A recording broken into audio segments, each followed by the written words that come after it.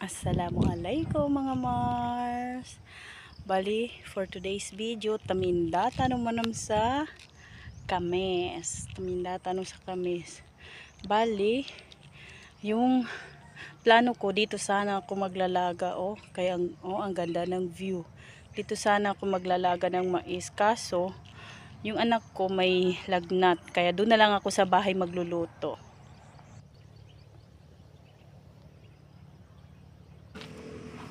Siyempre, una sa lahat, ipapastol ko na muna itong alaga naming kambing para naman hindi siya magutom. Tapos mamaya kukuha na ako ng mais para ilaga. At nandito na nga ako sa aming maisan at yan si Habi nag-i-spray siya kasi ang kapal-kapal ng damo. Yan ang ganda-ganda ng mga bunga ng aming mais. Tapos ayan, kumuha na ako dyan na ginapili ko lang para sa ilaga namin. Tapos konti lang yung kukunin ko kasi naghihinayang ako, malalaki pa naman yung bunga ng mais. Dito muna ako unang pumitas ng mais sa may bandang gilid sa malapit lang sa daan. Tapos maya-maya pumasok na rin ako sa may looban ng mga mais.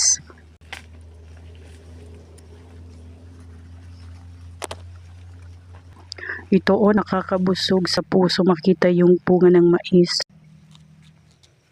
Hello, assalamualaikum mga Mars. Andito po ako ngayon sa aming maisan. Binisita ko yung maisan namin. Tapos masamang balita kasi kinain ng daga. Yan ay, ang daming yan, ubos yung dalawa. Meron din dito yun pa, meron. Ay, halos ang dami dito. Kasi nga ang kapal ng damo. Pero nag-spray naman yung husband ko yan Tapos yan.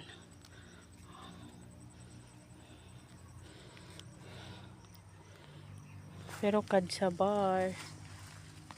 Ito pa manana umuno daga. Yun ang dami pa doon. Halos magkakatabi.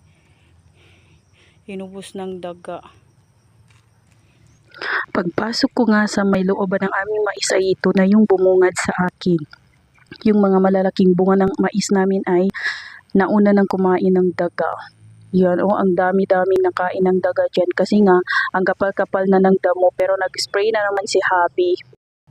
Pero still alhamdulillah kadsabar kasi pag ganun ibig sabihin hindi namin yun, kumbaga hindi namin party yun. Party pa rin talaga yun para talaga yun sa mga daga. Ayan na isa-isa ko nang binalatan itong mga mais na nakuha ko para pagdating ko na lang sa bahay ay ilalaga ko na lang. Alam niya mga Mars, sa pagsasaka ay minsan para ka ring nagsusugal. Walang kasiguraduhan kung marami ba yung aanihin mo.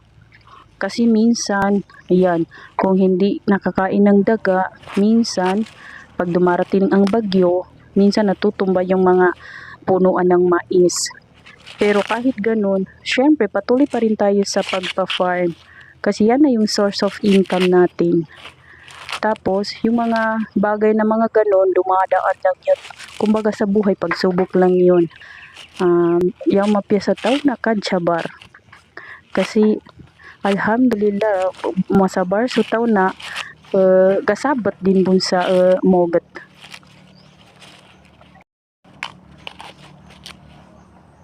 At ito na nga pala yung natapos ko ng balatan. Tapos ayan, nilagay ko na yung mahiwagang kawali ko. Tapos, konti lang pala yung kinuha ko kasi nanghihinayang ako. Ayan, nilagyan ko na ng tubig. Tapos, i-switch on ko na yung gas stove. Tapos, pagkukuluan lang ito ng ilang minuto. Then, pwede na itong hanguin para kumain. Ayan, lika yung mga Mars, kain tayo ng mais. Thank you for watching. Please share, like, and follow.